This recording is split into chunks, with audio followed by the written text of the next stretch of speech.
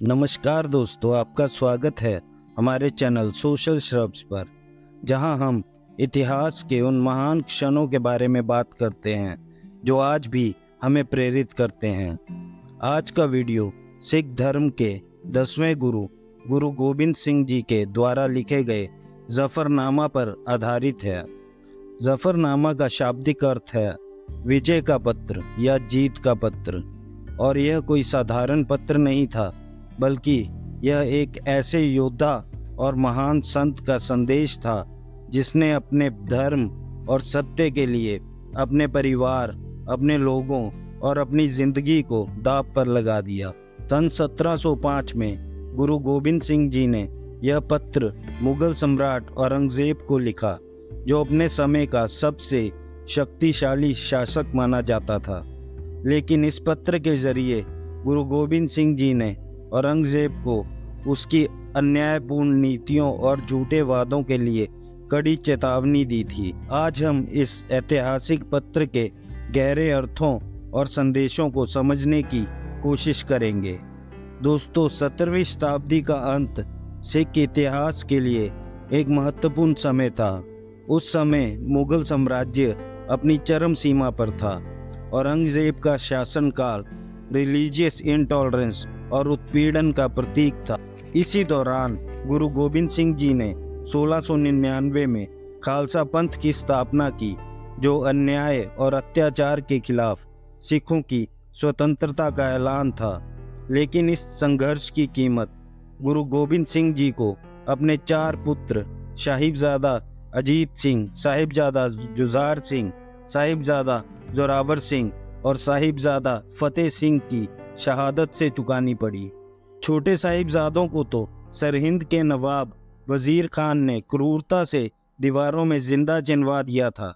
औरंगजेब ने गुरु गोबिंद सिंह जी से वादा किया था कि यदि वे सरहिंद के किले के बाहर आएंगे तो उन पर कोई हमला नहीं होगा।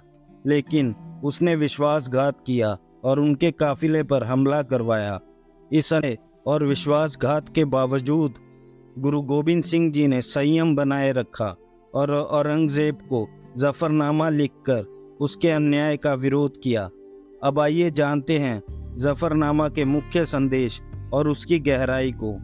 इस पत्र में गुरु गोबिंद सिंह जी ने औरंगजेब को स्पष्ट रूप से समझाया कि सत्य और धर्म ही सबसे बड़ी शक्ति है, और जो शासक इनसे दूर होता है उसका पतन निश्चित है। पहला महत्वपूर्ण संदेश है सत्य और धर्म की शक्ति। गुरु गोबिंद सिंह जी ने लिखा कि एक सच्चा शासक वही होता है जो सत्य और न्याय का पालन करता है।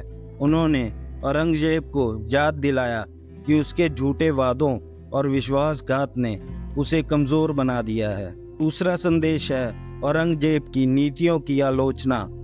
गुरु जी ने उसकी धार्मिक असहिष्णुता और निर्दोषों पर किए गए अत्याचारों की निंदा की। उन्होंने कहा कि झूठ और धोखे पर आधारित साम्राज्य कभी नहीं टिक सकता। गुरु गोबिंद सिंह जी ने पत्र में अपने परमात्मा पर अटूट विश्वास की बात की। उन्होंने लिखा, चूका रज हमा हिलते दर गुशस्त हलाल अस्त बुर्दन बशमशीर दस्त, जिसका अर्थ है जब सभी उपाय निष्फल हो जाएं तो तलवार उठाना न्याय संगत हो जाता है। इस कथन में गुरुजी ने स्पष्ट किया कि जब किसी के पास अन्याय के खिलाफ लड़ने का कोई और उपाय ना हो तो युद्ध आवश्यक हो जाता है। अंत में उन्होंने सिख धर्म के मूल सिद्धांतों को दोहराते हुए कहा कि जो शासक न्याय और धर्म का पालन नहीं करता उसका पतन निश्चित है। आदिल बाश वर्गना रहमत नयाजी ज आसमां, यानी न्याय करो हे राजा, नहीं तो तुम्हें कोई दया नहीं मिलेगी। दोस्तों, जफरनामा सिर्फ एक पत्र नहीं था, यह गुरु गोबिंद सिंह जी की धर्म, सत्य और न्याय के प्रति प्रतिबद्धता का प्रतीक था। उन्होंने औरंगजेब को दिखा दिया कि सच्चाई और धर्म की शक्ति के सामने कोई भी ताकत टिक नहीं सकती। आज के समय में भी जफरनामा हमें सिखाता है कि हमें अन्याय के खिलाफ आवाज़ उठानी चाहिए और सच्चाई के मार्ग पर डटे रहना चाहिए। यह हमें याद दिलाता है कि किसी भी सत्ता का स्थायित्व तभी संभव है जब वह न्याय और सत्य के मार्ग पर चले। आखिर में हमें गुरु गोविंद सिंह जी के जीवन और उनके द्वारा सिखाए गए मूल्यों से प्रेरणा लेनी चाहिए। जफरनामा हमें सिखाता है कि सत्य, न्याय और धर्म के मार्ग पर चलना ही हमारे जीवन का उद्देश्य होना चाहिए। दोस्तों, यह था आज का वीडियो।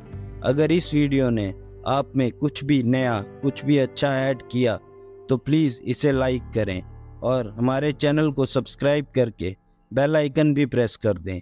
मिलते हैं आपसे अगले वीडियो में ऐसे ही रोचक कंटेंट के साथ। वाहेगुरु जी का खालसा, वाहेगुरु जी की फतेह।